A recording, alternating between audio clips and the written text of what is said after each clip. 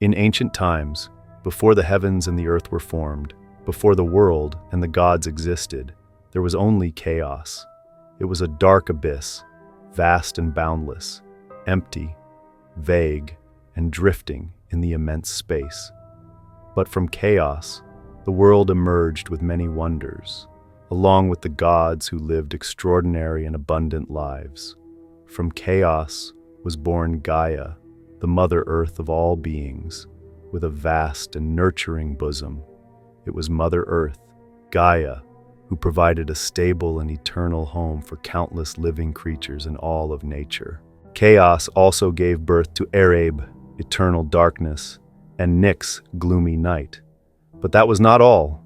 From chaos also came Tartarus, the underworld, and Eros, love. Eros was the last child of chaos, but he was the most beautiful.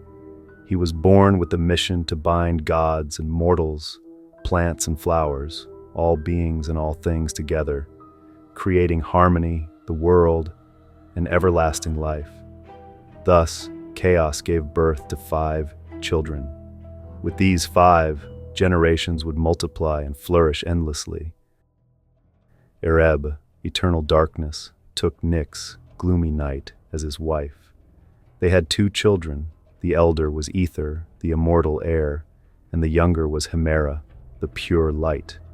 From this light, day was born. Since then, the world has been filled with brightness. Day and night took turns reigning. The goddess Mother Earth, Gaia, had a flourishing bosom full of life. Her firstborn was Ouranos, the starry sky. She also gave birth to Urea, the towering, proud mountains, and Pontos, the vast sea, sometimes roaring fiercely, sometimes whispering gently. Thus, the sky, mountains, and sea were all born from Mother Earth, Gaia. They were fatherless children because, at that time, their mother had not yet taken a partner. For gods, such things were not unusual. Later, the goddess Gaia married the sky god Ouranos. Together they had many children. These were all giants, possessing unmatched strength and talent, as no other gods had yet been born to rival them. Of course, they would later submit to the newer gods. The offspring of Ouranos and Gaia were divided into 3 categories. The Titan and Titanides, 6 male giants, collectively known as the Titans, and 6 female giants, known as the Titanides.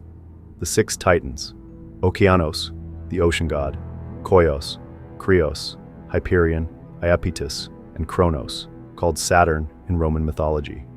The 6 Titanides: Tethys, Theia, Themis, Mnemosyne, Phoebe, and Rhea. The 3 Cyclopes. These were one-eyed gods with immense strength and skillful hands. They were master blacksmiths, capable of crafting anything. Their names were Arges, Steropes, and Brontes, the 3 Hecatoncheires. If the Cyclopes were bizarre, the Hecatoncheires were even more so. Each had 100 hands and 50 heads.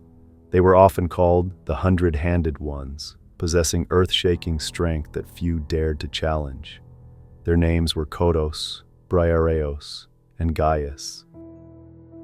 As mentioned, Ouranos and Gaia gave birth to 6 male Titans and 6 female Titanides. The Titans married the Titanides and bore children to rule the world. The eldest Titan was Okeanos, who governed all oceans, springs, and rivers. He arranged the seas and rivers into a giant river encircling the earth, protecting it. Okeanos married Tethys, and they had 3,000 sons and 3,000 daughters. The daughters were collectively called the Okeanides, nymphs who dwelled in the sea, rivers, and streams. The sons were river gods, overseeing all rivers and streams on earth. Okeanos lived apart from his Titan brothers in his palace beneath the deep sea. He never participated in divine or human affairs. The sun, moon, and stars were all under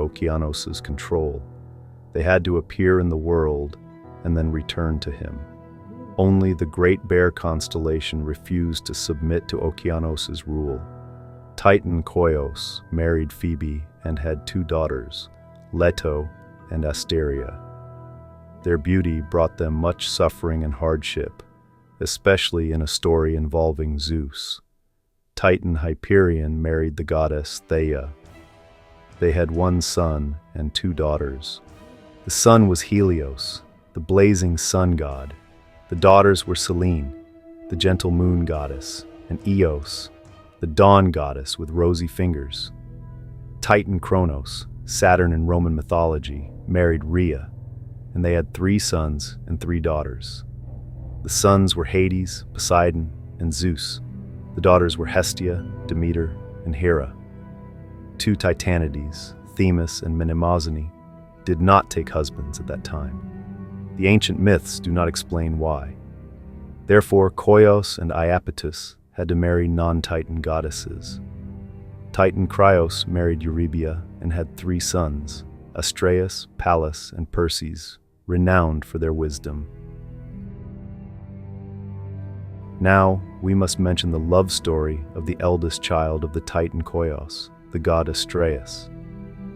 He married the nymph Eos, the rosy-fingered dawn, and together they bore the fierce wind gods into the world. However, the west wind, Zephyrus, known as Favonius in Roman mythology, was of a gentle nature. He arrived in the world with caressing gestures, bringing tender breezes and dark clouds that foretold refreshing rains for mankind. We often refer to Zephyrus as the west wind. Meanwhile, Boreas, the north wind, septentrion in Roman mythology, moved swiftly. Few other winds could match his speed, thus bringing anxiety and unrest to humans. Notice, the south wind, Auster in Roman mythology, was warm, while Eros, the southeast wind, Vulturnus in Roman mythology, was cool and gentle. Even the countless stars that gleam tirelessly throughout the night in the vast sky were born from Astraeus and Eos.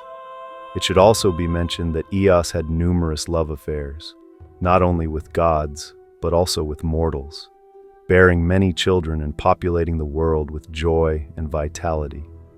The Titan Iapetus married an Oceanid nymph named Clymene.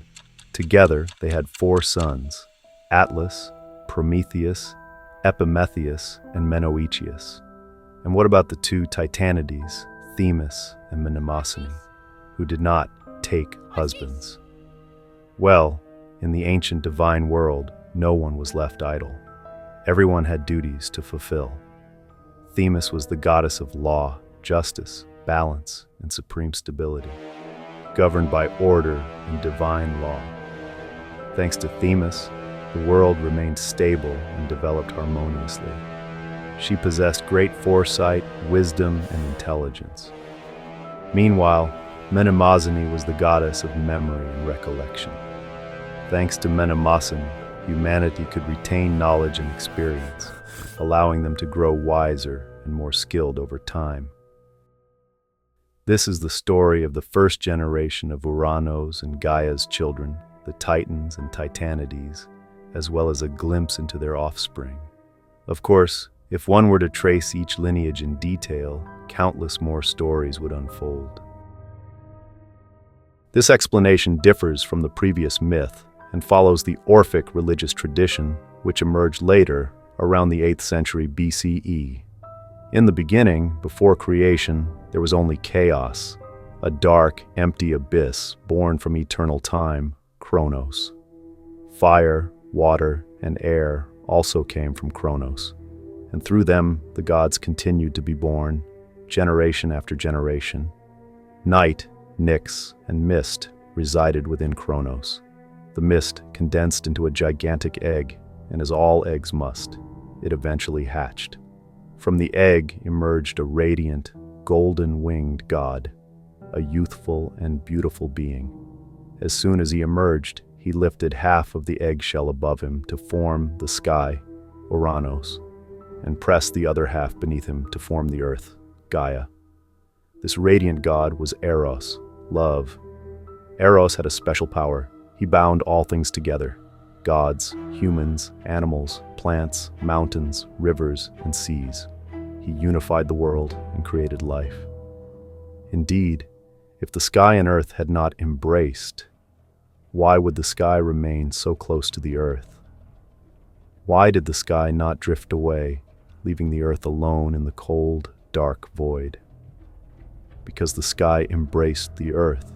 It shone its light and warmth upon her, showering her with rain so that plants and crops could flourish. And the earth, in return, nurtured seeds within her, making them sprout and grow. To adorn herself for the sky, she changed her attire, sometimes lush green, sometimes golden, sometimes bare and desolate when the sky left, making her pine with longing. Thus, through chaos, Cronos, and Eros, the world came into being.